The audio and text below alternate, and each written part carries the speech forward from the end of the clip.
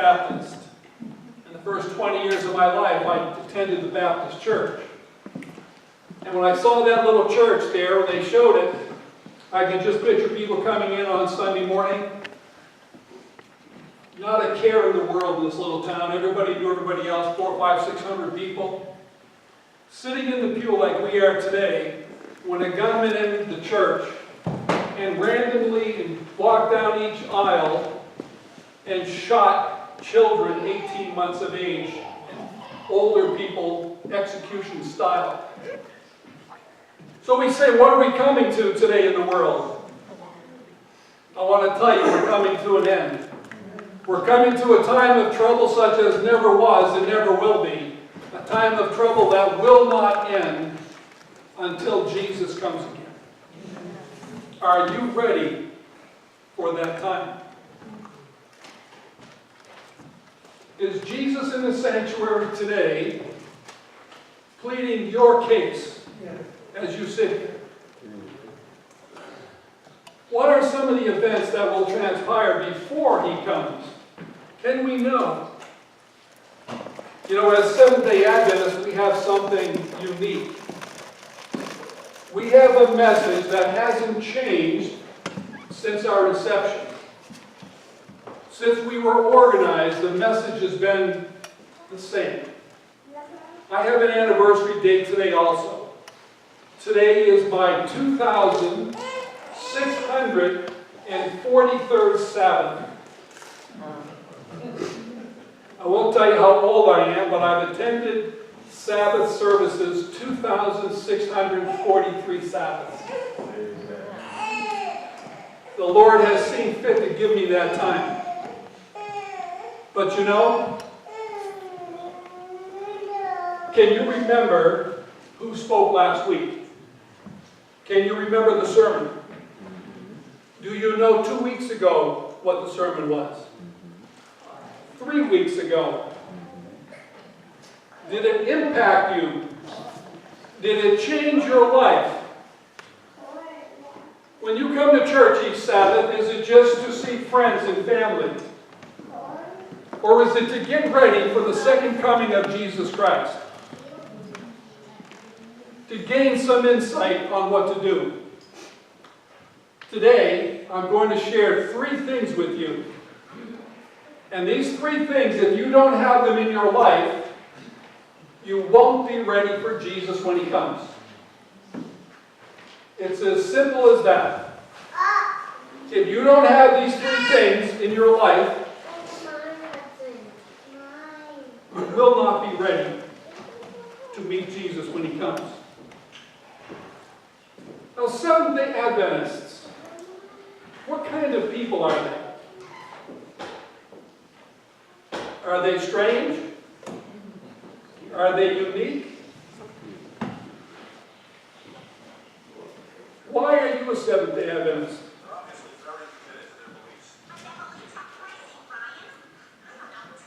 Wait till I start this again. Let me get the volume turned up here. I didn't want to put your PA guy through the misery of trying to get this going. Let's just see if we can show it. Here's what people think Seventh-day Adventists. Not all people. Crazy of these people about Seventh-day Adventists. I'm a Methodist. We believe that the Lord is our Savior, and we remember Him by going to church and praising Him every Sunday. I'm a Seventh-day Adventist. We believe all the same things that you believe, but we go to church on Saturdays. What?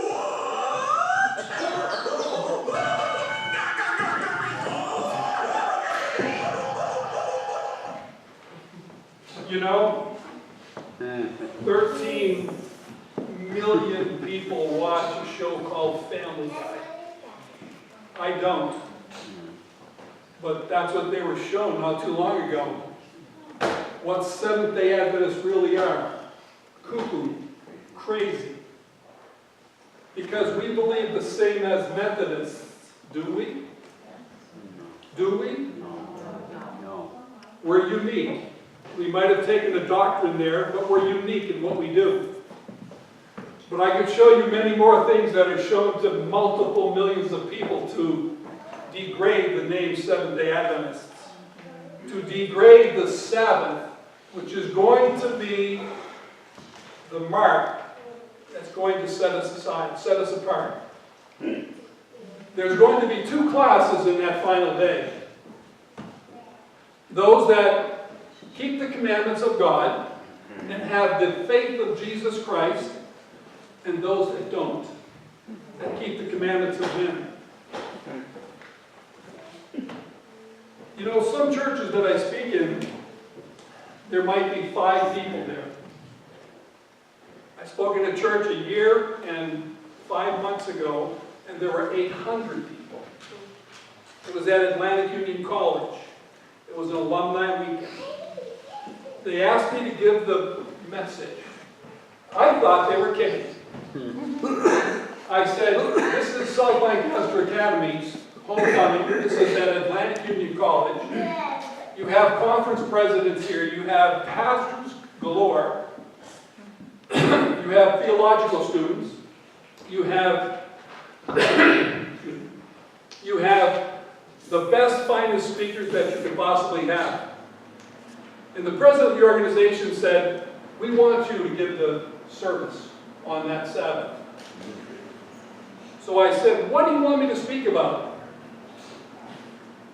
And there was a slight thought or hesitation. And the president of the group said, we want you to preach the message. We want you to preach the message. Now, Brother Bussel, you're a preacher. What's the message? That's what I thought in my mind. I said, the message? Should I ask? Or are they, they're saying, we want you. They're calling me. I'm supposed to know this. So I said to myself, could it be the 3 angels' message? Is that our message? Is the Sabbath our message?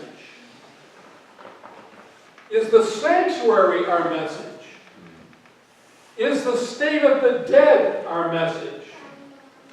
Is it the 5 or 10 S's of our doctrines? Are they the message? And you know, that Sabbath, when I got there, my wife, who's sitting in back, was at Dartmouth Hitchcock Medical Center. And she was there because her blood platelet count, yours and mine, is normally 150 to 400,000. It clots your blood if you start to bleed. Hers had dropped to 7,000. It was her 50th reunion, and she said to the doctors, a team of 6 or 7, she said, I'm going to my reunion. I'm going to sign myself out of the hospital. The doctor said, I wouldn't do that if I were you. The doctor said, if you blow your nose, sneeze, or cough, you could be dead in 45 seconds. Simple as that. So that day at church, she said to me, I must go and give the sermon. So I took out my smartphone.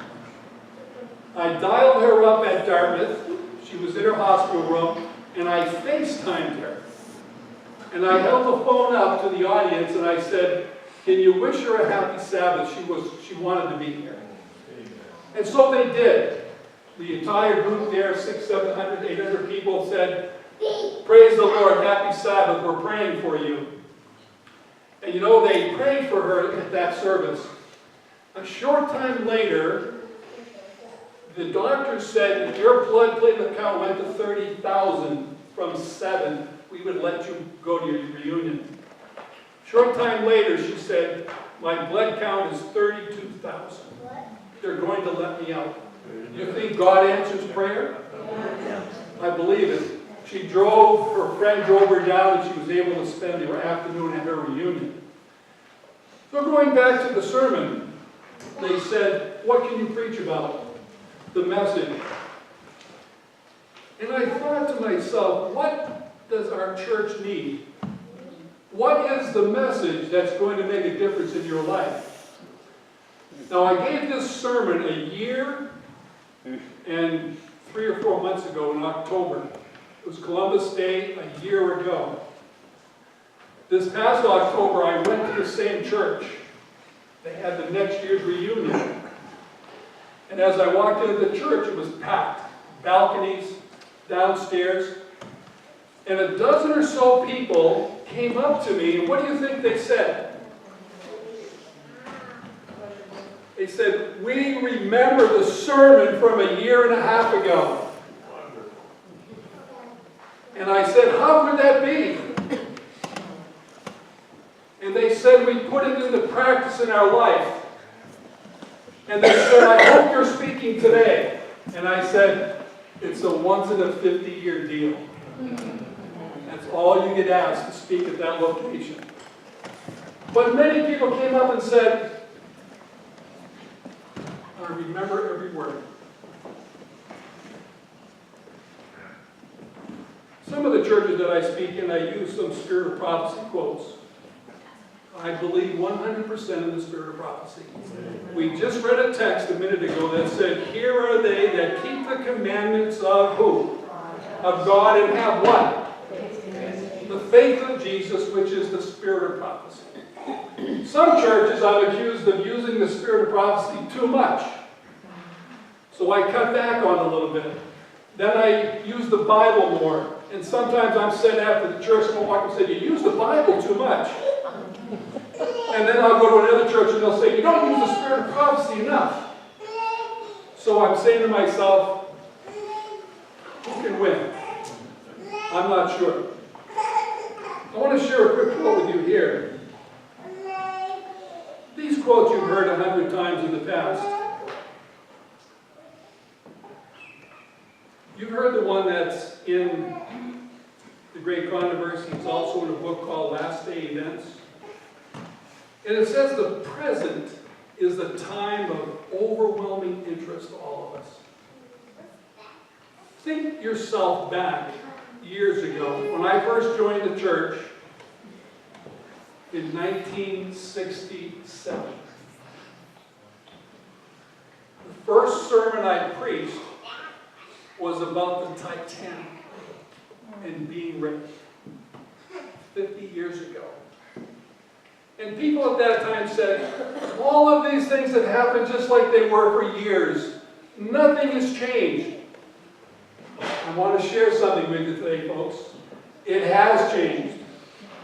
We are so close to what's going to happen in Revelation 13 and Revelation 14. It should make us all stand up and take notice. Here's the statement. It's found in Last Day Events, page 11. The presence is a time of overwhelming interest to all living. Rulers, statesmen, and men who occupy positions of trust and authority, thinking men and women of all classes, have their attentions fixed upon the events taking place about us. They are watching the relations that exist among nations. They observe the intensity that is taking possession of every earthly element. And they recognize that something great and divisive is about to take place. That the world is on the verge of a stupendous crisis. Now we know that. We've heard that. Does it mean anything to us? Does it change our daily living? When we see fires and floods worldwide, when we see wars raging, when we hear about things over in Africa and other areas like that where 1 million people have been slaughtered because of their ethnic religious belief.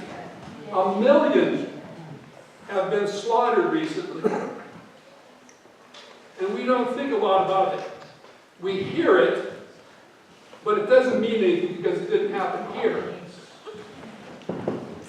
I sometimes wonder if we're kind of asleep. You know, we come to church, but what do we do when we go home? What are we doing in our community? 3 things which we're going to speak about just as we get to the end of this. And I hope you understand that Without these three things in your life, Jesus' coming will be almost a surprise to you. Another statement. This is found again, I use Last Day Events, which is a compilation of Ellen White's writings. As we approach the end of time, troubles will come upon us. And Ellen White says this, it's a solemn statement that I make to the church. Let me reread that. It's a solemn statement that I make to the Plainfield, New Hampshire church, that not 1 in 20 whose names are registered upon the church books are prepared to close their earthly history, and would be as verily without God and without hope in the world as the common sinner. Sobering statement.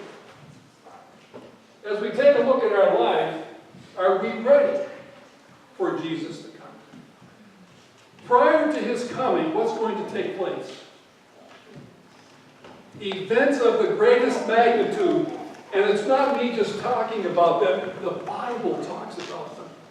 The Bible is very clear. If you take your Bibles and turn with me to Revelation chapter 13, we're going to take a look at just a text or two. I want to share a couple things with you, and we're going to have Danielle sing a song here in a minute. So Revelation 13, and verses 16 and 17. Revelation 13.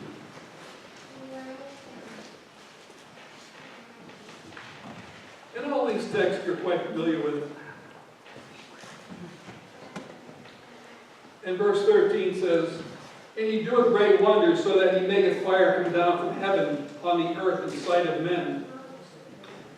And deceiveth them, what am I reading here? Revelation 13, 16 and 17 I'm looking at. And he caused all, both small and great, rich and poor, free and bond, to receive a mark in their right hand or in their foreheads. And that no man might buy or sell, save he that have the mark or the name of the beast or the number of his image. Now I think I've read that text many, many times. And as I thought about that, I said, that really doesn't mean anything. Because that'll never happen. Can you imagine a time when you can't buy or sell? Could you imagine it? It's way off in the future, right? It's probably in my grandchildren's time. Years out there. I know what I'm going to share with you now. You all know this already. You know, years ago, I used to always think about this thing called a cashless society. When we would be controlled on how we get our money, what we do with it, how we spend it. And I said, with all the freedoms we have in our country, that will never happen. Enter the smartphone. This one is a dumb phone. This is a couple versions back. The new iPhones, how do you open them? You just look at them. It's recognition, facial biometric recognition of your face. Not even a fingerprint. You hold it up, you look into it, the iPhone 10 recognizes you. You go to a store to buy something. How do you pay now? Credit card, cash. Credit cards are a thing of the past. Cash will soon be a thing of the past. Now, how can I say that? Let me share a couple things with you. All of this material that I'm going to share now is this year. I can give you all the different locations on where to find this, all the websites. I've had friends that have been there and done it, have done this actual thing. India. How many people in India? 1.3 billion. Only 1 billion more people than probably in the United States in the same land. 1.3 billion people, probably a fifth of the world's population is in India. Here's what this story says. It says, India is building a biometric database for 1.3 billion, and enrollment is mandatory. You have no way out. If you read the small print down here, it talks about a 76-year-old woman coming to the center where she's issued her biometric number, a 12-digit number, so she can buy and sell. They take a biometric picture of her face and her fingerprint. Right now, in India's 1.3 billion people, the article goes on to say 9 out of 10 people have already been registered. In India. Now, is India and anything else happen there? The President of India, India's landmark Supreme Court ruling could demand or could change the biometric payment scheme. People are afraid of privacy. But already right now, 9 out of 10 people have been given the number. This one here, a group called First Cash. Now India could ditch cash and credit cards by when? 2020. A couple of years down the road, they're ready to go. And as I read through this is not stuff that, if you asked me 20 years ago, it didn't exist. Because the technology didn't exist. When you read the Bible, and it says that, how many will not be able to buy or sell? All, no man, globally. Is the world globally connected? Can I go to Zaire or Zambia or China and use my credit card? I can. This one here, the United Kingdom already has in place at their supermarkets the biometric fingerprint. It's fingerprint. When you go in and purchase food, you don't use your credit card. You don't use your iPhone. You use your finger. And it shows people going in, buying material, placing their finger in a scanner, and it's automatically connected to your bank account. The biometric scan. It's happening today. If you were to go to the UK, this is how you pay in the UK. And it says, if it goes on here, just so many interesting things, but time doesn't allow me to get into it. Here's another one. It's called the Better Than Cash Alliance. The Better Than Cash Alliance, here's what they advocate. All of this sounds so good. I'd probably sign up tomorrow. But I'm not going to have a choice. You will sign up. Here's what they say. We promote the transaction from cash to a digital payments in a way that improves lives, expands responsible digital financial services, and is good for the environment. Just think of all the trees we're going to save by not printing on paper. Think about it. As I read into here, it says this.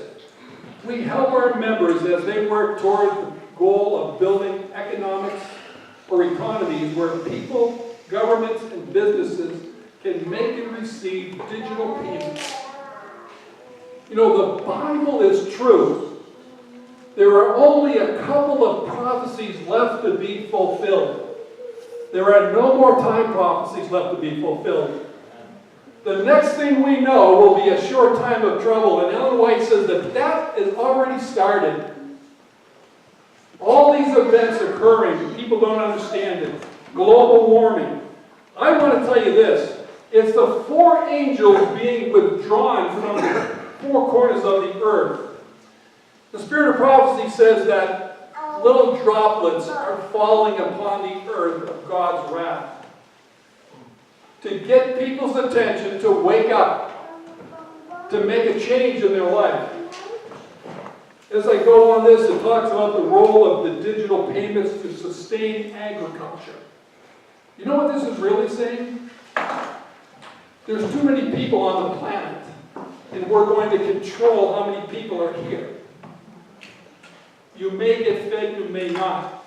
Heard an interesting story recently.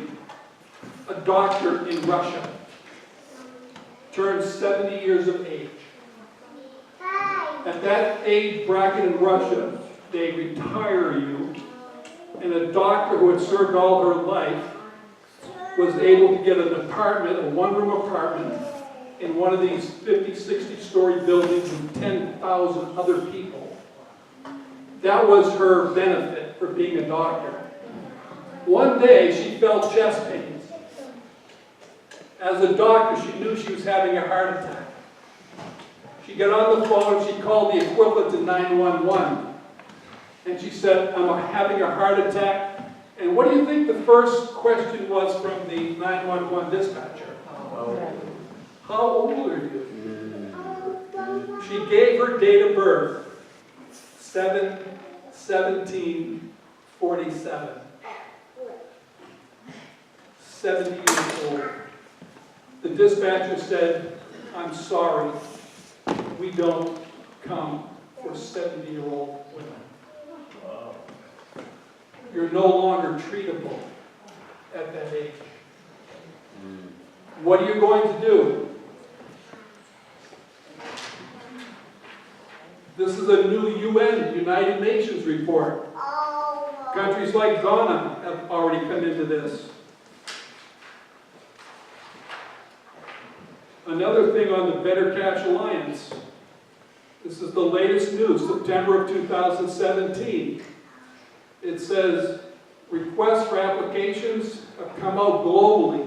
Mexico is getting on this. Now, there's something in my brain that tells me about something here that I don't know how they're going to handle this. Does New Hampshire have a drug epidemic? Yeah. In my other life, I work in an ambulance service. I'm a deputy fire chief at a local fire department. I've been a fire and EMS provider on an ambulance for 40 years. I work 3 nights a week, 4 in the afternoon till 8 the next morning on an ambulance service. I'm an advanced emergency medical technician. If I have to give you an interosseous bone drill, I can do that for you. I can drill a needle into your arm, your chest, your leg, your ankle, your knee, and administer fluids to save your life. But the drug epidemic is catastrophic. Young people, middle-aged, old people. We get calls for 18-year-olds not breathing, 22-year-olds not breathing, 34-year-olds not breathing. When I arrive on scene, the needle is still stuck in their arm. They're using a drug that's laced with another drug called carfentanil. Have you ever heard of it? It's used to tranquilize elephants. The heroin dealers mix it. So when a heroin addict buys it, they don't know what they're getting. When they inject it, within a matter of seconds, their respiratory stops. Within a matter of minutes, their heart rate stops. I've been on the scene of a father doing CPR on his 18-year-old daughter because she injected. And when I came in through the door, she was on the floor, he was compressing, crying and screaming, breathe, breathe, breathe. I had in my hand 4 milligrams of Narcan. We used to only give 1 milligram to bring people back from heroin overdose.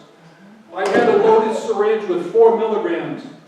As he was compressing on his daughter's chest and screaming at her to breathe, I administered 4 milligrams of Narcan up her nose.